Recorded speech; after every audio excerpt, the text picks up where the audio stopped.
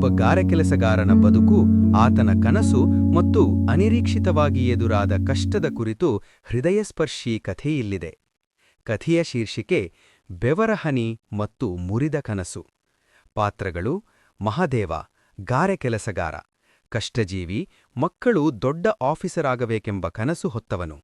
ಲಕ್ಷ್ಮಿ, ಮಹದೇವನ ಹೆಂಡತಿ, ಗಂಡನಿಗೆ ಹೆಗಲಿಗೆ ಹೆಗಲು ಕೊಟ್ಟು ಕೆಲಸ ಮಾಡುವವಳು.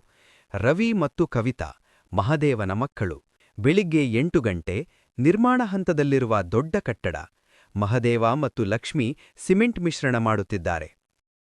ನೋಡು ಲಕ್ಷ್ಮಿ, ನಾವಂತೂ ಈ ಸಿಮೆಂಟು ಮರಳಿನಲ್ಲೇ ಜೀವನ ಕಳೆದ್ವಿ.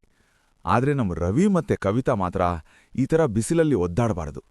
ಅವರು ದೊಡ್ಡ ಉದ್ಯೋಗಕ್ಕೆ ಸೇರಿ ಎಸಿ ರೂಮಲ್ಲಿ ಕೂತು ಕೆಲಸ ಮಾಡಬೇಕು. ಅದಕ್ಕೆ ಅಲ್ವಾ ರೀ ನಾನು ಕೂಡ ನಿಮ್ ಜೊತೆ ಈ ಗಾರೆ ಕೆಲ್ಸಕ್ ಬರ್ತಿರೋದು. ಇಬ್ರು ದುಡಿದ್ರೆ ತಾನೇ ಮಕ್ಳನ್ನ ಒಳ್ಳೆ ಶಾಲೆಗ್ ಸೇರ್ಸೋಕ್ ಸಾಧ್ಯ. ಕೆಲಸ ಮುಗಿಸಿ ಮನೆಗೆ ಬಂದ ನಂತರದ ಆಪ್ತವಾದ ಮತ್ತು ಕನಸುಗಳಿಂದ ತುಂಬಿದ ರಾತ್ರಿ. ಸಮಯ ರಾತ್ರಿ 8 ಗಂಟೆ. ಸಣ್ಣ ಮನೆ. ಸೀಮೆಎಣ್ಣೆ ದೀಪದ ಬೆಳಕಿನಲ್ಲಿ ಮಕ್ಕಳಿಬ್ಬರೂ ಹರಿದ ಚಾಪೆಯ ಮೇಲೆ ಕುಳಿತು ಓದುತ್ತಿದ್ದಾರೆ. ಲಕ್ಷ್ಮಿ ರೊಟ್ಟಿ ಮಾಡುತ್ತಿದ್ದಾಳೆ. ಮಹದೇವ ಕೈಕಾಲು ತೊಳೆದು ಬಂದು ಮಕ್ಕಳ ಪಕ್ಕ ಕುಳಿತುಕೊಳ್ಳುತ್ತಾನೆ. ರವಿ, ಏನು ರವಿ, ಇವತ್ತು ಶಾಲೆಯಲ್ಲಿ ಏನ್ ಪಾಠ ಮಾಡಿದ್ರು? ಆ ಇಂಗ್ಲಿಷ್ ಮಾತುಗಳೆಲ್ಲ ತಲೆಗೆ ಹತ್ತುತ್ತಾ ಇವಿಯಾ ಅಥವಾ ಬರೀ ಗಾಳಿಯಲ್ಲಿ ಹೋಗ್ತಾ ಇವಿಯಾ? ಇಲ್ಲ ಅಪ್ಪ, ಟೀಚರ್ ಹೇಳಿಕೊಟ್ಟಿದ್ದು ಅರ್ಥ ಆಗ್ತಿದೆ. ಆದ್ರೆ ನಮ್ಗೆ ಇನ್ನೂ ಕೆಲವು ಹೊಸ ಪುಸ್ತಕಗಳು ಬೇಕು ಅಂತ ಹೇಳಿದ್ದಾರೆ. ಪುಸ್ತಕಕ್ಕೇನಂತೆ ಮಗನೇ, ನಾಳೆ ಕೆಲ್ಸ ಮುಗಿಸ್ಬರುವಾಗ ಖಂಡಿತ ತರ್ತೀನಿ. ನೀನ್ ಮಾತ್ರ ಪರೀಕ್ಷೆಯಲ್ಲಿ ಫಸ್ಟ್ ಬರ್ಬೇಕು ಅಷ್ಟೇ. ನಮ್ಮ ಕಷ್ಟ ನಿನ್ನ ಅಕ್ಷರದಲ್ಲಿ ಕರಗ್ ಹೋಗ್ಬೇಕು.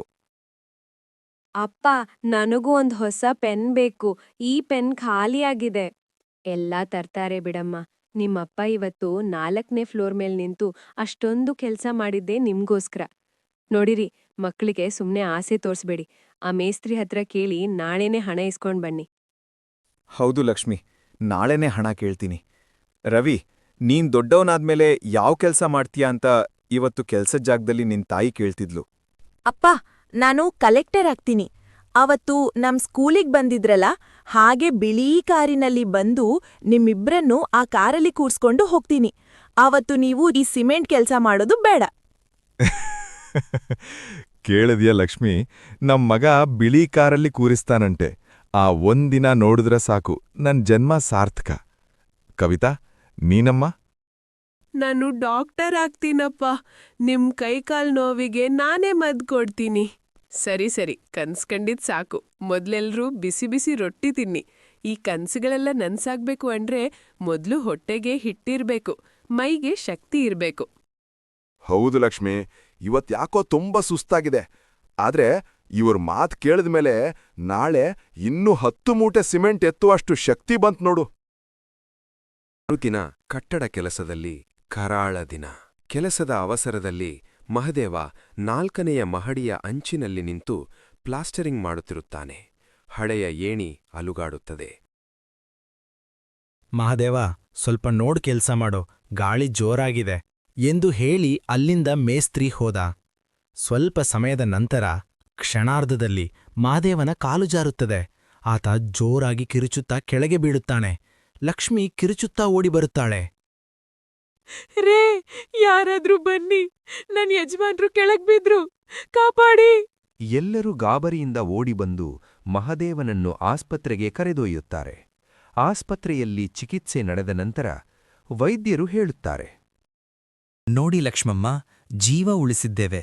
ಆದ್ರೆ ಆತನ ಬೆನ್ನುಮೂಳೆಗೆ ಏಟಾಗಿರೋದ್ರಿಂದ 2 ಕಾಲುಗಳ ಸ್ವಾಧೀನ ಹೋಗಿದೆ. ಇನ್ಮುಂದೆ ಅವರು ನಡೆಯೋದು ಕಷ್ಟ. ವೈದ್ಯರು ಹೇಳಿದ ಅಯ್ಯೋ ದೇವ್ರೆ, ಇದೇನ್ ಶಿಕ್ಷೆ ಕೊಟ್ಟೆ ನಮ್ಗೆ. ಕಾಲ್ಗಳೇ ಇಲ್ದೆ ಆ ಮನುಷ್ಯ ಹೆಂಗ್ ಬದುಕ್ಬೇಕು? ಈ ಸಿಮೆಂಟು ಮಣ್ಣು ಹೊತ್ತೆ ಅವ್ರ ಮೈಯೆಲ್ಲ ಸೌದೋಗಿತ್ತು. ಈಗ ನಡೆಯೋ ಶಕ್ತಿನೂ ಕಿತ್ಕೊಂಡ್ಬಿಟ್ಯಾ? ಲಕ್ಷ್ಮಮ್ಮ, ಸ್ವಲ್ಪ ಸಮಾಧಾನ ಮಾಡ್ಕೊ. ಪ್ರಾಣ ಉಳ್ದಿದ್ಯಲ್ಲ, ಅದೇ ದೊಡ್ಡ ಪುಣ್ಯ. ಮಹಾದೇವ ಗಟ್ಟಿ ಮನುಷ್ಯ, ಎದ್ದು ಕೂತ್ಕೋತಾನ್ಬಿಡು. ಮೇಸ್ತ್ರಿ ಅವ್ರೆ, ಆ ಮನುಷ್ಯನ್ಗೆ ಕಾಲು ಅಂದ್ರೆ ಅದ್ ಬರೀ ಅಂಗಗಳಲ್ಲ, ಅದು ನಮ್ ಜೀವನದ ಚಕ್ರ. ಇವತ್ತು ಮನೇಲಿ ಅಕ್ಕಿ ಇದೆ ಅಂದ್ರೆ ಅದವ್ರ ಕಾಲ್ಗಳು ಇಡೀ ದಿನ ಕಟ್ಟಡದ ಮೇಲೆ ಓಡಾಡಿದ್ದಕ್ಕೆ ಸಿಕ್ಕಿರೋ ಪ್ರತಿಫಲ. ಈಗ ಚಕ್ರವೇ ನಿಂತೋದ್ರೆ ನನ್ ಮಕ್ಳು ಓದೋದೆಂಗೆ? ಆ ಬಿಳಿ ಕಾರಿನ ಕನ್ಸು ಕಂಡಿರೋ ರವಿಗೆ ಏನಂತ ಉತ್ತರ ಹೇಳಿ? ನೋಡ್ ಲಕ್ಷ್ಮಿ, ನನಗೂ ನೋವಾಗ್ತಿದೆ. ನನ್ನ ಕೈ ಕೆಳಗೆ ಎಷ್ಟೋ ವರ್ಷದಿಂದ ಕೆಲಸ ಮಾಡಿರೋ ಮನುಷ್ಯ ಆತ. ಮಾಲೀಕ್ರ ಹತ್ರ ಮಾತಾಡಿದ್ದೀನಿ. ಆಸ್ಪತ್ರೆ ಖರ್ಚನ್ನೆಲ್ಲ ಅವರೇ ಕೊಡ್ತಾರೆ. ಮತ್ತೆ ಸ್ವಲ್ಪ ಹಣ ಹೊಂದಿಸಿಕೊಡ್ತೀನಿ. ಹಣ ಇವತ್ತಿರುತ್ತೆ ಮೇಸ್ತ್ರಿಯವ್ರೆ, ನಾಳೆ ಮುಗ್ದೋಗುತ್ತೆ. ಆದ್ರೆ ಆ ಮನುಷ್ಯನ್ಗೆ ಕೆಲ್ಸ ಮಾಡಕ್ಕಾಗಲ್ಲ ಅನ್ನೋ ಸುದ್ದಿ ಕೇಳಿದ್ರೆ ಅವ್ರ್ ಜೀವಂತವಾಗೇ ಸತ್ತು ಹೋಗ್ತಾರೆ. ನನ್ ಗಂಡ ಬರೀ ಗಾರೆ ಕೆಲ್ಸಗಾರ ಅಲ್ಲ, ನನ್ ಮಕ್ಕಳ ಪಾಲಿನ ಬೆನ್ನೆಲುಬು. ಇವತ್ತ ಬೆನ್ನೆಲುಬೇ ಮುರಿದೋಯ್ತಲ್ಲ ದೇವ್ರೆ. ಲಕ್ಷ್ಮಿ, ದೈವಬಲ ಹೊಂದಿದೆ. ಈಗ ನೀನ್ ಧೈರ್ಯ ಕಳ್ಕೊಂಡ್ರೆ ನಿನ್ ಮಕ್ಕಳು ಮತ್ತು ಮಹಾದೇವ ಇಬ್ರೂ ಹಾದಿ ತಪ್ಪು ಹೋಗ್ತಾರೆ. ನೀನೀಗ ಗಟ್ಟಿಯಾಗಿ ನಿಲ್ಬೇಕು. ಮಹಾದೇವನ್ಗೆ ಈ ವಿಷಯ ಗೊತ್ತಾದಾಗ ನೀನೇ ಅವನಿಗೆ ಶಕ್ತಿಯಾಗ್ಬೇಕು. ನಡಿಯಕ್ಕಾಗ್ದಿದ್ರೂ ಬದುಕೋಕ್ 1000 ದಾರಿ ಇರುತ್ತೆ, ಹುಡ್ಕೋಣ. ಯಾವ್ ದಾರಿ ಕಾಣ್ತಿಲ್ಲ ಮೇಸ್ತ್ರಿಯವ್ರೆ, ಬರೀ ಕತ್ತಲೆ ಕಾಣ್ತಿದೆ. ನನ್ ಮಕ್ಕಳ ಭವಿಷ್ಯ ಆ 4ನೇ ಮಹಡಿಯಿಂದ ಕೆಳಗೆ ಬಿದ್ದ ಚೂರ್ಚೂರಾದ ಇಟ್ಟಿಗೆಗಳ ತರಹ ಕಾಣ್ತಿದೆ. ಮೇಸ್ತ್ರಿ ಮತ್ತು ಮಾಲೀಕರು ಬಂದು 50,000 ರೂಪಾಯಿ ಹಣವನ್ನು ಲಕ್ಷ್ಮಿ ಕೈಗಿಡುತ್ತಾರೆ. ಇಲ್ಲಿ ನೋಡು ಲಕ್ಷ್ಮಿ, ಆಸ್ಪತ್ರೆ ಬಿಲ್ ನಾವೇ ಕಟ್ಟಿದ್ದೇವೆ. ಈ ಹಣ ಇಟ್ಕೋ, ಮನೆ ಖರ್ಚಿಗೆ ಆಗತ್ತೆ. ಇನ್ಮೇಲೆ ಮಹದೇವನ್ ಕೈಲಿ ಕೆಲ್ಸ ಮಾಡಕ್ಕಾಗಲ್ಲ, ನಾವು ಅಸಹಾಯಕರು ಎಂದು ಹೇಳಿ ಹೊರಡುತ್ತಾರೆ. ಕೆಲವು ದಿನಗಳ ಆಸ್ಪತ್ರೆ ವನವಾಸ ಮುಗಿಸಿ ಮನೆಗೆ ಬರುತ್ತಾರೆ. ಮಹದೇವ ಮಂಚದ ಮೇಲೆ ಮಲಗಿದ್ದಾನೆ. ಮಕ್ಕಳು ಅಳುತ್ತಿದ್ದಾರೆ. ಲಕ್ಷ್ಮಿ, ಈ ಕಾಲುಗಳು ನನಗಿರೋ ಆಸ್ತಿಯಾಗಿತ್ತು. ಈಗ ನಾನು ಜೀವಂತ ಹೆಣವಾಗಿ ಕೂತಿದ್ದೀನಿ. ಮಕ್ಕಳ ಓದು, ನಿನ್ನ ಜೀವನ ಎಲ್ಲವೂ ನನ್ನಿಂದ ಹಾಳಾಯಿತು ಅಲ್ವಾ? ಹೀಗೆ ಮಾತಾಡಬೇಡಿ. ಕಾಲ್ ಹೋದ್ರೆ ಏನಂತೆ? ನಾನಿದ್ದೀನಿ. ನಾನಿನ್ಮೇಲೆ ಕಟ್ಟಡ ಕೆಲ್ಸ ಮುಗ್ಸಿ ಸಂಜೆ ಯಾವ್ದಾದ್ರೂ ಮನೆ ಕೆಲ್ಸ ನೋಡ್ತೀನಿ. ಮತ್ತೆ ನಿಮ್ಮನ್ ನೋಡ್ಕೋತೀನಿ, ಮಕ್ಳನ್ನ ಓದಿಸ್ತೀನಿ. ಆದ್ರೆ ಎಷ್ಟು ಅಂತ ಒಬ್ಳೇ ಮಾಡ್ತೀಯ? ನನ್ನ ಕನಸುಗಳೆಲ್ಲ ಮರಳಿನ ಮನೆಯಂತೆ ಕುಸಿದು ಹೋದವು. ರವಿ, ಕವಿತಾ, ಇಲ್ಲಿ ಕೇಳಿ ಮಕ್ಕಳೇ. ನನ್ನ ಕಾಲುಗಳಿಗೆ ಶಕ್ತಿ ಇಲ್ಲದಿರಬಹುದು, ಆದ್ರೆ ನನ್ನ ಕನಸುಗಳಿಗೆ ಇನ್ನೂ ಜೀವ ಇದೆ. ನೀವಿಬ್ರೂ ನನ್ನ ಪರಿಸ್ಥಿತಿ ನೋಡಿ ಓದು ನಿಲ್ಲಿಸ್ತೀರಾ ಅಂತ ನನಗೆ ಹೆದರಿಕೆ ಆಗ್ತಿದೆ. ಇಲ್ಲ ಅಪ್ಪ, ನಮ್ಗೆ ಗೊತ್ತು ನೀವು ನಮ್ಗೋಸ್ಕರ ಇಷ್ಟೊಂದು ಕಷ್ಟಪಟ್ಟಿದ್ದೀರಾ. ಈಗ ನಾವು ನಿಮ್ಮನ್ನ ನೋಡ್ಕೋಬೇಕು ಅನ್ಸುತ್ತೆ. ನೋಡು ರವಿ, ನೀನು ನಮ್ಮನ್ನ ನೋಡ್ಕೋಬೇಕು ಅಂದ್ರೆ ಮೊದಲು ಚೆನ್ನಾಗಿ ಓದ್ಬೇಕು. ನಿಮ್ಮಪ್ಪ ಬಿದ್ದಿರೋದು ಕೇವಲ ಒಂದು ಕಟ್ಟಡದಿಂದ ಮಾತ್ರ, ಅವರ ಗುರಿಯಿಂದ ಅಲ್ಲ. ನಿಮ್ ಕೈಯಲ್ಲಿ ಪೆನ್ನಿರೋವರೆಗೂ ನಮ್ಗೆ ಯಾವ ಭಯವೂ ಇಲ್ಲ. ಹೌದು ಮಗನೇ, ಈ ಗಾರೆ ಕೆಲಸ, ಈ ಸಿಮೆಂಟ್ ಧೂಳು, ಇದು ನಮ್ಮ ಜೀವನಕ್ಕೆ ಸೀಮಿತವಾಗಿರ್ಲಿ. ನೀವು ಓದಿ ದೊಡ್ಡ ಸಾಹೇಬರಾದ್ರೆ ನಾಳೆ ಸಮಾಜದಲ್ಲಿ ನಮಗೆ ಗೌರವ ಸಿಗುತ್ತೆ. ನನ್ನ ಈ ಮುರಿದ ಕಾಲುಗಳಿಗೂ ಅವತ್ತು ಬೆಲೆ ಬರುತ್ತೆ. ನೀವು ಓದನ್ನ ಬಿಟ್ಟು ಕೆಲಸಕ್ಕೆ ಬರ್ತೀನಿ ಅಂದ್ರೆ ಅದು ನನಗೆ ಮಾಡುವ ದೊಡ್ಡ ಅನ್ಯಾಯ. ಅಪ್ಪ, ನಾನು ಖಂಡಿತ ಡಾಕ್ಟರ್ ಆಗ್ತೀನಿ. ನಿಮ್ಮ ಕಾಲುಗಳನ್ನ ನಾನೇ ಗುಣಪಡಿಸ್ತೀನಿ.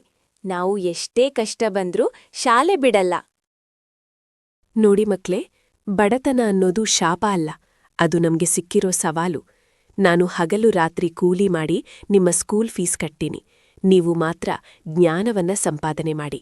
ಸರಸ್ವತಿ ನಿಮ್ಮ ಕೈ ಹಿಡಿದ್ರೆ ಲಕ್ಷ್ಮಿ ತಾನಾಗೇ ನಮ್ಮ ಮನೆಗೆ ಬರ್ತಾಳೆ. ನೆನಪಿಡಿ ಮಕ್ಳೇ, ಬೆವರು ಸುರಿಸಿ ಕಟ್ಟಿದ ಕಟ್ಟಡಕ್ಕಿಂತ ಅಕ್ಷರ ಕಲಿತು ಕಟ್ಟಿದ ಜೀವನ ತುಂಬಾ ಗಟ್ಟಿ. ನೀವು ಸಾಧನೆ ಮಾಡಿದ್ರೆ ಸಾಕು, ನನ್ನ ನೋವೆಲ್ಲ ಮರೆತೋಗುತ್ತೆ. ನಾಳೆಯಿಂದ ಡಬಲ್ ಜೋಶ್ನಲ್ಲಿ ಶಾಲೆಗೆ ಹೋಗ್ತೀರಾ ತಾನೆ? ಈ ಮಾತನ್ನು ಕೇಳಿ ರವಿ ಮತ್ತು ಕವಿತಾ ಒಟ್ಟಾಗಿ, ಖಂಡಿತ ಅಪ್ಪ, ನಿಮ್ಮ ಕನ್ಸನ್ನ ನಾವು ನನಸು ಮಾಡೇ ಮಾಡ್ತೀವಿ ಎಂದು ಹೇಳುತ್ತಾರೆ. ಈ ಮಾತನ್ನು ಕೇಳಿ ಮಹಾದೇವ ಮತ್ತು ಲಕ್ಷ್ಮಿಯ ಕಣ್ಣುಗಳು ತುಂಬಿ ಬರುತ್ತೆ. ವಿಧಿಯಾಟಕ್ಕೆ ಕಾಲುಗಳು ಸೋತಿರಬಹುದು, ಆದರೆ ಪರಿಶ್ರಮಕ್ಕೆ ಸೋಲಿಲ್ಲ. ಬೆವರಿನ ಹನಿಗಳು ಇಂದು ಕಣ್ಣೀರಾಗಿದ್ದರೂ ನಾಳೆ ಅವು ಮಕ್ಕಳ ಯಶಸ್ಸಿನ ನಗೆಯಾಗಲಿವೆ.